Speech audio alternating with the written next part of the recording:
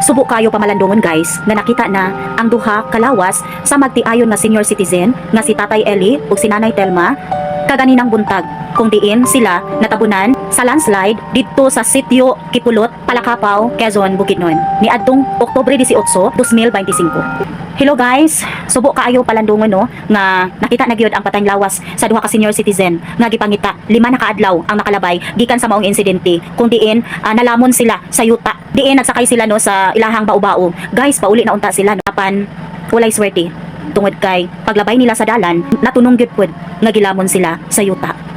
Tanawan ninyo ni nga video guys.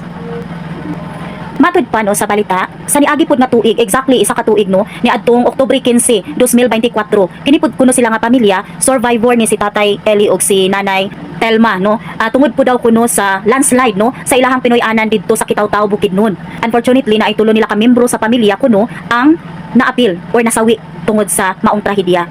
Ug karon, isa ka tuig guys gikan ato, wala na gyud nakaikyas ang magtiayon kay sila na gyud mismo ang gilamon sa yuta. Subo kaayo palandungon no tungod kay exactly isa ka tuig no, October 15, 2024 to nahitabo ang ilang landslide sa Kitaw-Taw, Bukidnon. Dayon pagka October 18, 2025 pud nahitabo nga gilamon silang duha pud sa landslide no sa ilang giagian nga dalan sa Quezon, Bukidnon.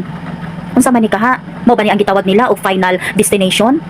Or pagbuot gyud sa kahitasan nga mahitabo ni nila. Siya ra gyud ang atong labang makagagahom ang nasayod sa tanan kung dili ta magpakawala sa paglaom ug kanunay gyud ta nga mosangpit niya pinaagi sa pagampo. Ug kaganina guys, human magikumpirma no sa pamilya nga sila gyud ang duha ka senior citizen nga gipangita. So mao to, ila na gyud dayon silang gidala sa ilang kapahulayan nga dayon. Tanawan ninyo ni guys, subo palandungon apan kinahanglan natong dawaton tungod kay matud pa nila ang kinabuhi sa tawo misteryoso. Wala pa kabalo kung kanus ata kuhaon sa Ginoo. Busa kanunay kitang mangandam magampo sa kanunay ug magbag-o sa atong kinabuhi aron sa ingon ni ana andam ta nga moatubang sa unsa man ang mahitabo sa atong kinabuhi.